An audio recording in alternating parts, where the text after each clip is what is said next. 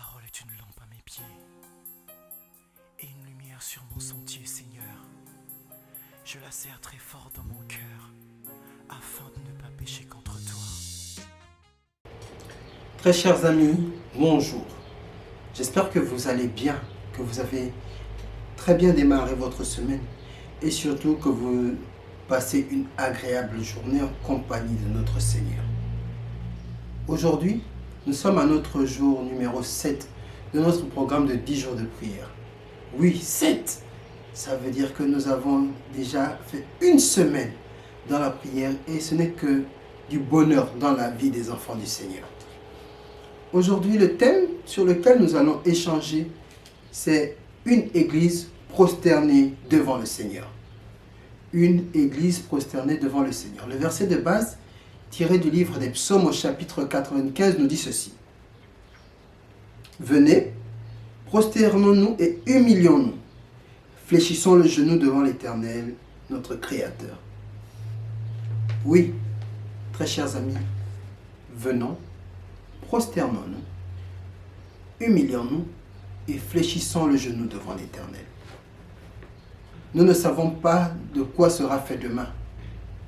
C'est pour cette raison que le Seigneur nous demande de revenir à lui de toutes les manières possibles. Une étude menée en 2018, une étude mondiale d'ailleurs, menée en 2018 sur les adventistes du 7e jour, a démontré que seulement 34% des familles adventistes pratiquaient encore le culte du matin et du soir. 34%, regardez comment la taille est infime. Il est vrai que c'est sur une cible que l'enquête a été menée, mais seulement 34%. Cela veut dire que sur ces 100% qui ont été recensés, seulement 34% sont encore engagés dans le culte de famille ou alors dans la dévotion familiale, et les 66 autres pourcents se sont éloignés. Et la même enquête nous montre que seulement 52% des membres, cette fois-ci pas les familles, mais les membres, seulement 52%, donc un peu plus de la moitié, est engagé dans la dévotion personnelle. Très chers amis, combien parmi nous ont le temps pour une dévotion personnelle? Combien de temps passons-nous en prière le matin?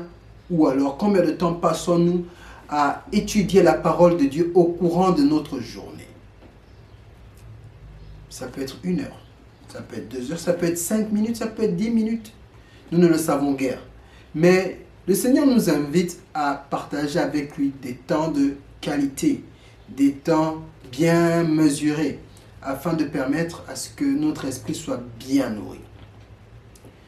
Les amis, nous, membres de l'Église adventiste, détenons un message très important, le message de la fin des temps d'Apocalypse 14, des versets 6 à 12.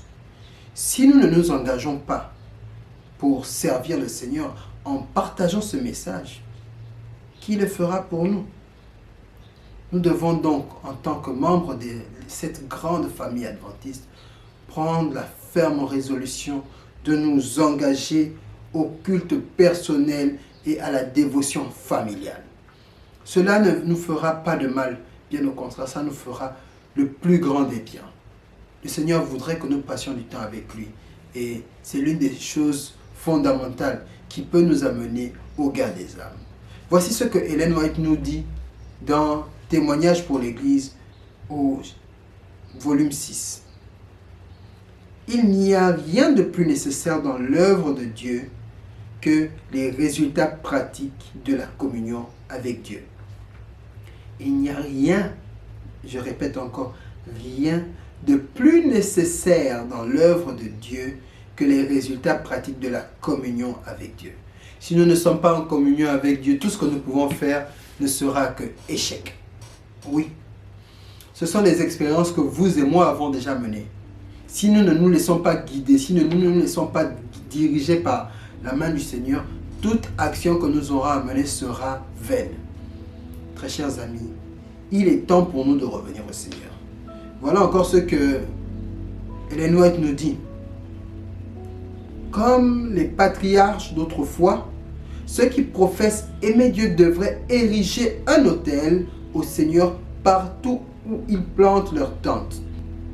Les pères et les mères devraient souvent élever leur cœur vers Dieu dans une humble supplication pour eux-mêmes et leurs enfants.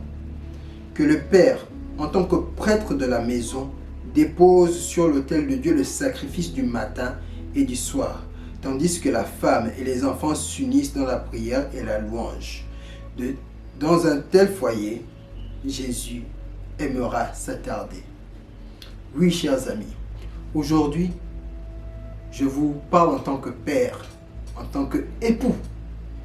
Si moi, je ne m'engage pas en tant que prêtre au sein de ma maison, de guider, de diriger le programme de culte de famille, j'aurais totalement échoué dans ma mission pour le Seigneur. Oui, chers amis, très chers frères, très chères sœurs, nous avons cette lourde charge, cette grande mission à accomplir.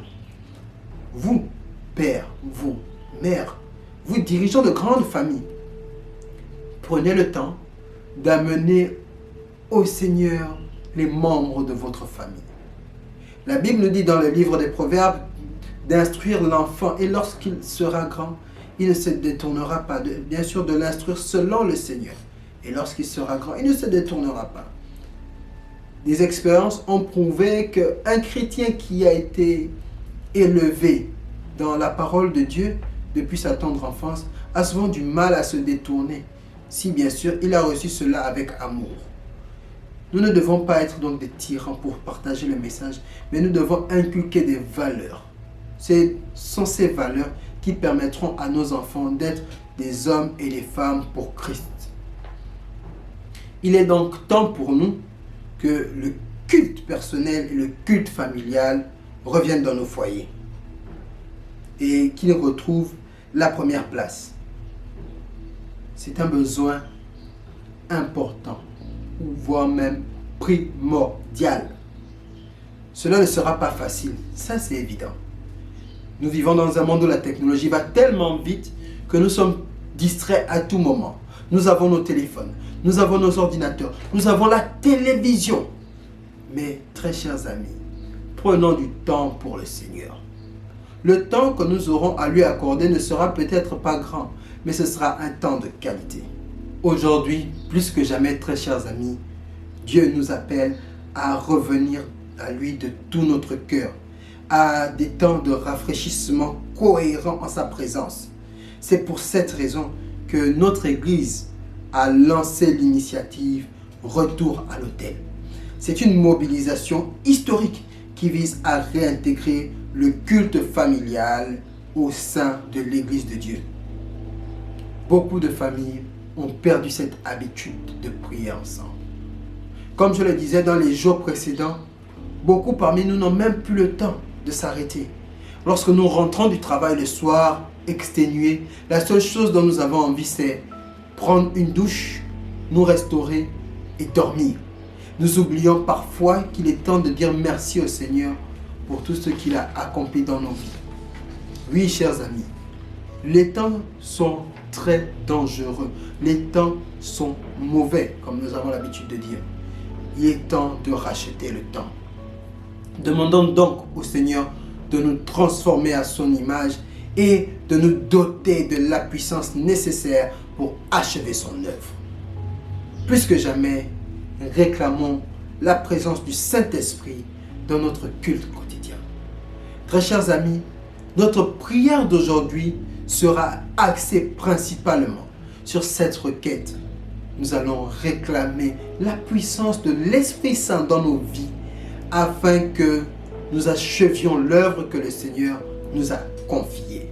Et lorsque nous allons prier, continuons à méditer sur cette parole de Psaume 95 où nous sommes invités à nous présenter devant le Seigneur, à fléchir le genou devant lui, à réclamer ses promesses et ses hauts faits dans nos vies. Prions ensemble, Seigneur. Seigneur Dieu Tout-Puissant, nous voici prosternés devant toi. Oui, Père, combien de fois ne réalisons-nous pas que tu es grand, que tu es bon et que tu n'as point de limite. Oui, Père, notre ignorance nous éloigne de toi. Les soucis de la vie nous éloignent et nous égarent du droit chemin. Oui, Père, nous avons besoin de toi. Nous avons tant besoin de toi. C'est pourquoi, Père, nous voulons nous prosterner devant toi, nous abandonner, nous humilier à tes pieds, afin de repartir en nouveauté avec toi. Nous voulons fléchir le genou aujourd'hui, parce que tu es le maître incontesté. Tout ce que tu as créé parfait et bon dans la vie de chacun d'entre nous. C'est pourquoi, Père éternel, nous te rendons cela par des actions de grâce. Ton amour se reflète chaque jour dans nos vies. À chaque fois que le soleil se lève, Père, nous voyons combien de fois tu es bon. À chaque fois que nous nous couchons, nous voyons combien de fois tu es grand et bon. Oui, Père éternel, nous voulons que par ta grâce, tu nous laves par ton sang précieux, que tu nous remplisses de ton Saint-Esprit et que tu fasses de nous des serviteurs, des combattants de prière, des hommes et des femmes engagés afin de mieux te servir. Accorde-nous donc ta paix, accorde-nous donc ta grâce, mais surtout, Père, accorde-nous tes bontés. Permets que par ta grâce, nous soyons de fidèles témoins et que nous ayons la capacité de revenir à toi par le biais de la dévotion personnelle et du culte familial.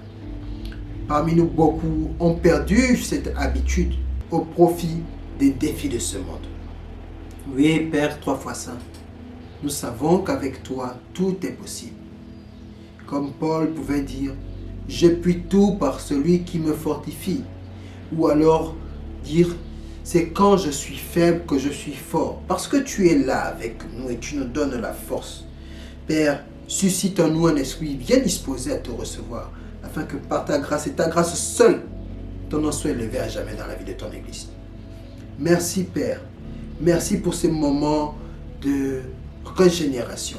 Merci pour ces moments d'abandon. Merci pour ces moments d'humiliation et de privation. Merci, Père, parce que tu nous apprends que rien ne peut se faire si ce n'est qu'avec toi. Merci parce que nous avons confiance que tu agiras dans la vie de ton Église et que tu accompliras de grandes choses pour ton peuple. Merci pour tout. Et que la gloire te revienne au nom de Jésus-Christ, nous te prions. Amen. Oui, très chers amis, ayons l'espoir que le Seigneur accomplira de grandes choses pour nous. Ne doutons pas. Laissons-nous guider et diriger par lui. Et surtout, revenons à lui avec un cœur sincère et contrit. Que le Seigneur nous bénisse encore et je vous dis à demain.